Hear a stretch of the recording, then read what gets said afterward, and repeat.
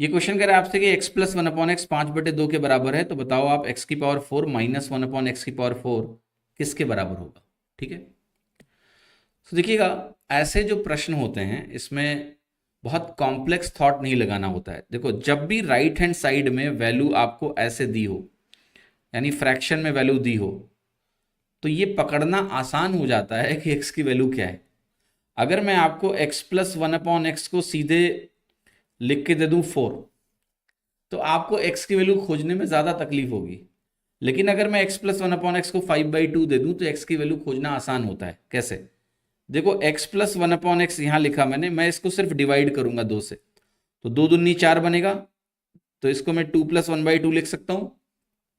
अब आप बहुत ध्यान से अगर देखें तो आपको दिख रहा है x की वैल्यू 2 के बराबर है। लेफ्ट हैंड साइड और राइट हैंड साइड को आप गौर से देखो, यहाँ x है, यहाँ 2 है, इक्वल कर दो। x अगर 2 के इक्वल हुआ तो 1/x 1/2 के बराबर हो गया, x की वैल्यू 2 दिख गई। अब x की वैल्यू अगर 2 दिख गई तो x की पावर 4 माइनस 1/x की पावर 4 निकालना आपके लिए बहुत ही सरल हो गया। आप कहेंगे 2 की पावर 4 16 होता है, माइनस 1/16 होता है, 256 माइनस 1 बनेगा 255/16, राइट। तो ये उत्तर यहां पर सही हो गया, आप आंसर लगा लेंगे बी। लेकिन ये सवाल थोड़ा अधूरा है। अधूरा इसलिए है क्योंकि यहां पर एक सॉल्यूशन और भी है बेटा। देखना, जब आपका x प्लस 1/x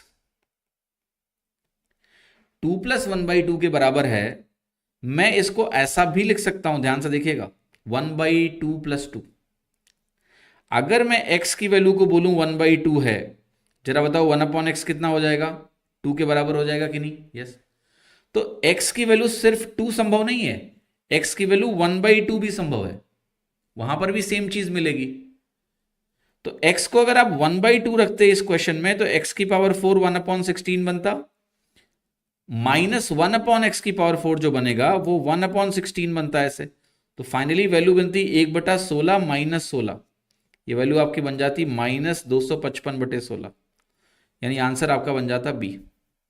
लेकिन मैग्नीट्यूड बी के बराबर था, साइन माइनस था, तो ये ध्यान रखिएगा, यहां दो उत्तर संभव है, प्लस 255/16 भी संभव है, माइनस 255/16 भी संभव है। बट चूंकि माइनस कहीं लिखा नहीं है इसलिए हम प्लस वाला कंसीडर करके चल रहे हैं, वरना x की पावर 4 माइनस 1/x की पावर 4 की वैल्यू ये आ सकती है। अब इसको कैसे आप समझ सकते हो लॉजिक, आप ध्यान रखो कि जब भी x प्लस 1/x को आप ऐसे व्यक्त कर पाएंगे a प्लस 1/a के फॉर्मेट में, तो आप उसको सिर्फ a प्लस 1/a नहीं लिख सकते हैं, आप उसको ऐसे भी लिख सकते हैं 1/a प्लस a। तो इसके बेसिकली दो सॉल्यूशन मिलते हैं। अगर x plus 1/x a plus 1/a के बराबर लिखा जा सके तो x के दो सॉल्यूशन होते हैं, a और 1/a, ये दोनों सॉल्यूशन होते हैं, तो दो वैल्यूज आती हैं। अब यहां इस सवाल में एक ही वैल्यू का इस्तेमाल किया गया है, बट आपको ये ध्यान रखना है कि दो सॉल्यूशंस होते हैं, a एंड 1/a, दोनों संभव है। ठीक है, तो एग्जाम में जैसी जरूरत वैसा काम करेंगे। ठीक है, बट पता होना चाहिए, हमें पूरी जानकारी होनी चाहिए।